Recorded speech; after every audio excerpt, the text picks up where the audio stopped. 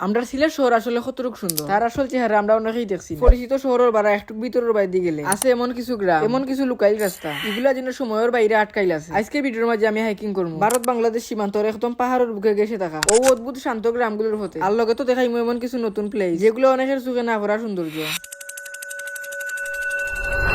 Hello guys, আসসালামু আলাইকুম। কি তো অবস্থা আপনারা? আশা করি সব ভালো আছেন। আপনার মাঝে আজকে আর একটা নতুন ভিডিও লইয়া সকাল টাইমে বাড়তে কি বাড়ি এলাম যে আম্বরখানাতে ইয়া ৭৭ বাস উঠে গেলাম। আম্বরখানাতে গিয়ে আপনারা দেখতে পারবা যে এয়ারপোর্টের যে রোড আছে ওদিকে তুলা সামনে গেলে দেখতে পারবা ইয়া ৭৭ বাস আছে। কোন থেকে আপনারা ৭৭ বাসে উঠে যাবা আর জনপ্রতি ভাড়া নেব ৬০ টাকা করে। সকালকে পাহাড়ের ভিউ দেখতে দেখতে আমরা ওখানকে গেলাম কোম্পানিগঞ্জের হতে। আর কোম্পানিগঞ্জের রাস্তা নিয়ে আমার তো হওয়ার কিছু নাই। এই রাস্তাটা আসলে এক কথায় অসাধারণ সুন্দর। বাসে আইছি আমরা ৭৭ ব্রিজ পর্যন্ত। ৭৭ ব্রিজে নামি এখন আমরা একটা অটো নিয়ে যেলাম উত্তমাছড়ার হতে। আর জনপ্রতি ভাড়া আসিল আমরা ৬০ টাকা করে। ৭৭ ব্রিজে আইলে আপনারা অসংখ্য টমটমার সিএনজি পাইলেন। তবে সিএনজি একটু ভাড়া বেশি চাইব। যাওয়ার সময় দেখা যায় রাস্তার আন্দাজ অসংখ্য বালুক তুলা, এগুলা মূলত ৭৭ থেকে বালুকগুলা তুলিয়া রাখা হয়েছে এই জায়গার মাঝে। তারপরে আমরা এখন অটো থেকে নামে গেলাম। নামি এখন আটিয়ে যাই উত্তমাছড়ার হতে। অটো দিয়ে উত্তমাছড়ার মেইন পয়েন্ট পর্যন্ত যাওয়া যায়। তবে আমরা আগে নামে গেছি শুধু ও রাস্তা বেঁধে যাবার লাগে। উত্তমাছড়া যাওয়ার অসংখ্য রাস্তা আছে, তবে আমি যখন উত্তমাছড়া যাই ও রাস্তা বেঁধে যাওয়ার চেষ্টা করি। এই রাস্তার সৌন্দর্য আমার কাছে অনেক বেশি। যাওয়ার পথে রাস্তার দুই সাইডে পাথর তোয়া আর অন্য বাইরে দেখা যায় ভারতের পাহাড়, একটা এক কথায় অসাধারণ লাগে। ওখানকে যেরকম উত্তমাছড়ার দোকানের মাঝখানে দিয়া একসময় উত্তমাছড়াটা অনেক বেশি ভাইরাল আছে। বর্তমানে এই কেন পর্যটক হল একবারে কম,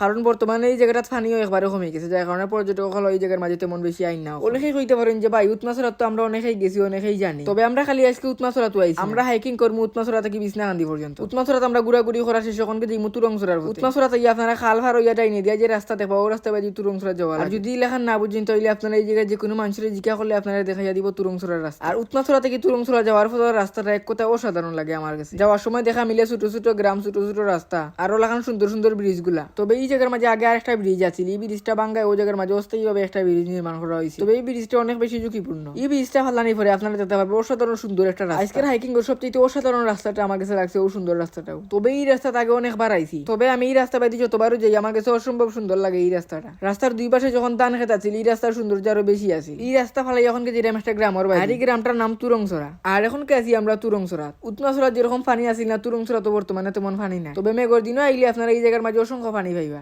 তখন এই জায়গাগুলোর সৌন্দর্য আরো দ্বিগুণ হয়ে যাব। আপনারা হয়তো আগে দেখছেন যে আমি তুরংছড়া নিয়ে একটা ভিডিও বানাইছি, তখন এই জায়গার সৌন্দর্য উত্তমাছড়া থেকে কম আছে। তুরংছড়া থেকে দেখতে পারবা অসংখ্য পাথর আছে এই জায়গার মাঝে। তবে অনেক জায়গা থেকে পাথর চুরি হইলেও তুরংছড়া থেকে তেমন পাথর উত্তর চুরি হয় না, কারণ এই সাইডটা একবারে গ্রামও ভরছে। পাথর চুরি করিয়া ওই জায়গা থেকে পাথর নেওয়াটা অনেক বেশি কষ্ট। তুরংছড়া ফালাইয়া এখন আমরা যেলাম বিছনাকান্দির ফটো। মাঝখানে কয়েকদিন আগেও গাছটাও বেশি বাইদা, এই গাছটা পড়ছে গিয়া বিছনাকান্দি। আপনারা তুরংছড়া থেকে যদি আটিয়ে বিছনাকান্দির যাই তাহলে এই গাছটা দেখতে পারবেন। আমি সবগুলার ভিডিও আপনারা দিছি না, কারণ সবগুলা ভিডিও দিলে অনেক বেশি ভিডিওটা নাম বই দিব। যেগুলা সুন্দর পাট আমি ওগুলো আপনার মাঝে তুলিয়া ধরছি। এখনকে দেখতে পাররা আসি আমরা বিছনাকান্দি। আস্তে আস্তে বিছনাকান্দিটাও পাথর শূন্য হয়ে যায়। রাইতে দিনেই জায়গা থেকে পাথর চুরি করা হয়। নৌকাত বইয়া বইয়া বিছনাকান্দি সৌন্দর্য একটা এক কথা অসাধারণ লাগে আমার কাছে। আমরা উত্তমাছড়া তুরংছড়াতে একটু পানি কম পাইছি, তবে বিছনাকান্দি মোটামুটি পানি কম পাইছি না। মেঘর দিনও আইলে এই জায়গাগুলোর সৌন্দর্য আরো বেশি লাগে। সিলেট ভ্রমণ আইলে আপনারা অবশ্যই এই জায়গাগুলো ঘুরিয়ে যাইবা, উত্তমাছড়া, তুরংছড়া, বিছনাকান্দি। তো আজকে ভিডিওটা তখন পর্যন্ত আসি। যদি আপনার মাঝে ভিডিও ভালো লাগে থাকে তো অবশ্যই ভিডিও বানিয়ে লাইক এবং কমেন্ট করবা। সবাই আসসালামু আলাইকুম।